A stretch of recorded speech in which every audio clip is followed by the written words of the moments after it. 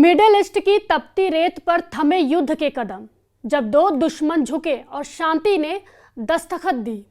12 दिनों तक आसमान में मंडराते मिसाइलों के साए, जमीन पर बिखरी तबाही और दुनिया की धड़कनें थमी हुई थी।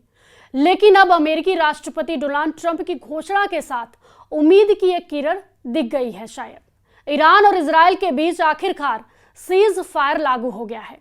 दोनों देशों की धधकती बंदूकें अब शांत हो रही हैं और अगले 24 घंटों में युद्ध के इस भयानक चैप्टर का एक तरह से खात्मा हो गया है, या यूं कह सकते हैं कि होने वाला है। यह सिर्फ एक संघर्ष का अंत नहीं, बल्कि मिडिल ईस्ट में संभावित स्थिरता की ओर एक नया मोड़ है। आइए समझते हैं इस टकराव की जड़ें को, अमेरिका की भूमिका और आगे की राह को। नमस्कार, न्यूज 18 के डिजिटल प्लेटफॉर्म पर आपका स्वागत है। मैं हूं प्रिया सिंह। शायद इससे ज्यादा अमेरिका के राष्ट्रपति डोनाल्ड ट्रंप के लिए शर्मनाक क्या होगा। ट्रंप इजराइल और ईरान के बीच सीज फायर का दावा कर रहे हैं और ईरान और इजराइल सीज फायर की धज्जियां उड़ाते हुए एक दूसरे पर भयंकर हमले कर रहे हैं। इससे ज्यादा ट्रंप के लिए क्या शर्मनाक होगा कि ईरान ने ट्रंप से सीज फायर पर हां बोलने के बाद इजराइल पर मिसाइल से हमला किया।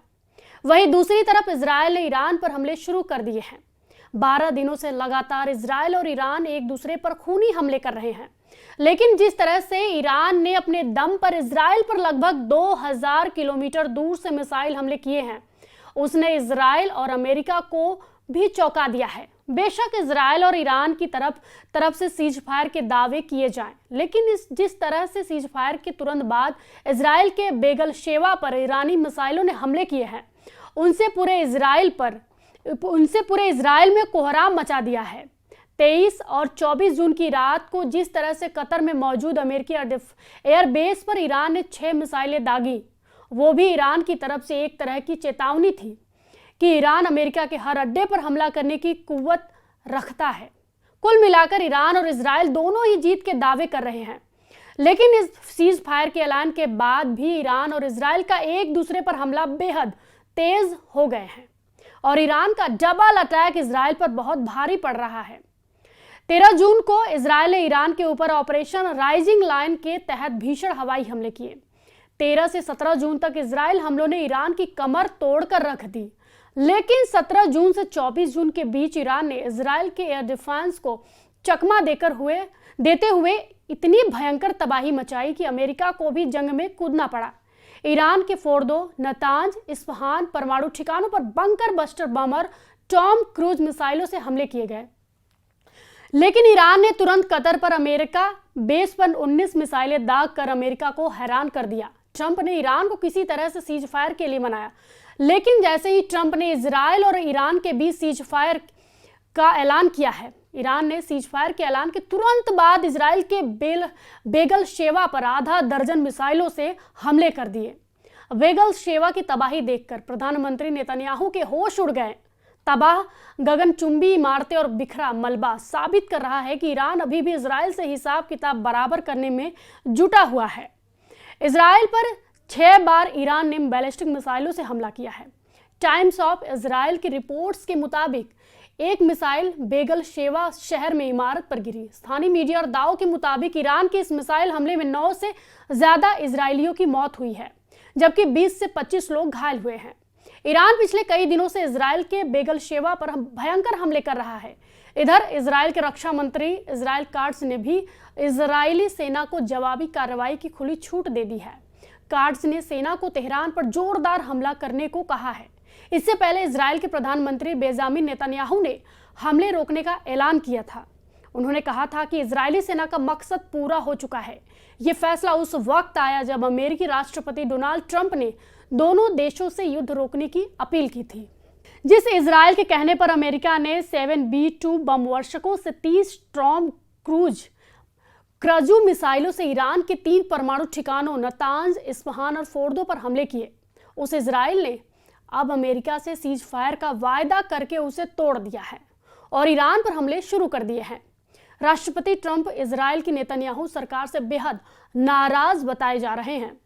हेग में नाटो शिखर सम्मेलन के लिए रवाना होने से पहले व्हाइट हाउस में पत्रकारों से बातचीत में अमेरिकी राष्ट्रपति ट्रंप ने ईरान और इजराइल के रुख की आलोचना की और लगातार हो रहे हमले पर निराशा व्यक्त की है। ट्रंप ने इजराइल से बेहद नाराज बताए जा रहे हैं। अमेरिकी राष्ट्रपति डोनाल्ड ट्रंप ने कहा, मैं सीज फायर उल्लंघन से खुश नहीं हूं। इजराइल ईरान पर बमों को मत गिराओ। अगर तुम ऐसा करते हो तो यह एक बड़ा उल्लंघन है। अपने पायलटों को तुरंत घर ले आओ। ट्रंप ने आगे कहा कि मुझे लगता है कि एक रॉकेट समुद्र में फेंका गया था और वह अपने लक्ष्य से चूक गया, जो इजराइल पर गिरा है। इधर दूसरी तरफ रूस और ईरान मिलकर कुछ बड़ा करने वाले हैं। ईरान पर इजरायली हमलों के दौरान ईरान के पूर्व राष्ट्रपति ने ऐसा बयान दिया है जिसने अमेरिका और इजराइल दोनों के होश उड़ा दिए हैं। जंग में आए इस नए घटनाक्रम से अमेरिका और इजराइल पर गहरा संकट आने जा रहा है। अब आप ये जान लीजिए, रूस ने ईरान को एटम बम देने को लेकर ऐसा क्या बयान दे दिया है जिसने दुनिया के होश उड़ा दिए हैं। रूस के पूर्व राष्ट्रपति दमित्री मेदवेदेव ने सोशल मीडिया पर दावा किया है कि ईरान के परमाणु ठिकानों पर अमेरिकी हमलों के बाद कई देश अब ईरान को परमाणु हथियार देने के लिए तैयार हैं। यानी दिमित्री मेदवेदेव के मुताबिक दुनिया में कई परमाणु संपन्न ऐसे देश हैं जो ईरान को जंग के लिए गुपचुप तरीके से परमाणु हथियार दे सकते हैं। एक्स पर एक पोस्ट में मेदवेदेव ने सुझाव दिया है कि इस्फहान, नतांज और फोर्डो में 3 साइटों पर संयुक्त राज्य अमेरिका के हमलों का उल्टा असर हुआ है और अमेरिकी राष्ट्रपति डोनाल्ड ट्रंप ने जो हासिल करने का लक्ष्य रखा था उससे विपरीत परिणाम सामने आए हैं। मेदवेदेव के मुताबिक परमाणु सामग्री का संवर्धन और अब हम इसे स्पष्ट रूप से कह सकते हैं कि परमाणु हथियारों का भविष्य का उत्पादन जारी रहेगा। दिमित्री मेदवेदेव ने जिस तरह से ईरान को परमाणु बम देने को लेकर बयान दिया है उससे अमेरिका और इजराइल को हिलाकर रख दिया है। 12 दिन से चल रही जंग में बेशक ईरान हारता नजर आए, लेकिन इजराइल पर कई मायनों में भारी पड़ रहा है। इजराइल ने ईरान को तबाह और बर्बाद करने में कोई कसर नहीं छोड़ी है। खास तौर से इजराइल की खुफिया एजेंसी मोसाद ने ईरान के जिन टॉप कमांडरों और जनरलों को मारा है उसने दुनिया के होश उड़ा दिए। दाव के मुताबिक एक रिकॉर्डिंग में एक इजरायली खुफिया अधिकारी को एक वरिष्ठ ईरानी जनरल बात करते हुए सुना गया। ईरानी जनरल को इसमें वो कह रहा है कि मैं आपको अभी सलाह दे सकता हूँ, आपके पास अपनी पत्नी और बच्चे के साथ भागने के लिए 12 घंटे हैं, वरना आप अभी हमारी सूची में हैं। हम आपकी गर्दन की नस से भी ज़्यादा आपके करीब हैं। इसे अपने दिमाग में रख ले। आगे भगवान आपकी रक्षा करे। इजराइल की सुरक्षा सेवा के लिए काम करने वाले फारसी भाषा के विशेषज्ञों ने ईरानी अधिकारियों को फ़ोन करवाया गया था। उनसे कहा जा रहा था कि अगर वे आयतुल्ला अली खामनेई को समर्थन देना बंद नहीं करेंगे तो उन्हें भी निशाना बनाया जाएगा। अनुमान है कि इस तरह से करीब 20 अधिकारियों को निशाना बनाया गया था। ईरान के खिलाफ इजराइल ने ऑपरेशन राइजिंग लायन के साथ ही एक और खुफिया अभियान शुरू कर दिया था। इसके तहत इजरायली खुफिया एजेंसी ने ईरान के कुछ वरिष्ठ अधिकारियों को फोन करके धमकाने का अभियान शुरू कर दिया था। यरूशलम पोस्ट ने अपनी एक रिपोर्ट में वॉशिंगटन पोस्ट का हवाले से बताया कि इस खुफिया ऑपरेशन से जुड़े 3 लोगों और रिकॉर्डिंग के जरिए ऐसे जानकारी मिली। ईरानी सैन्य अधिकारियों को धमकी भरे कॉल के पीछे उद्देश्य ईरानी शासन को अस्थिर करना था। अब ऐसे हालात में अगर सीज फायर के बाद भी इजराइल और ईरान की जंग बंद नहीं होती है तो निश्चित तौर पर पश्चिम एशिया में भयंकर तबाही होगी। इस पर आपकी क्या राय है, हमें कमेंट बॉक्स में ज़रूर बताएं और फॉलो कीजिए न्यूज़ 18।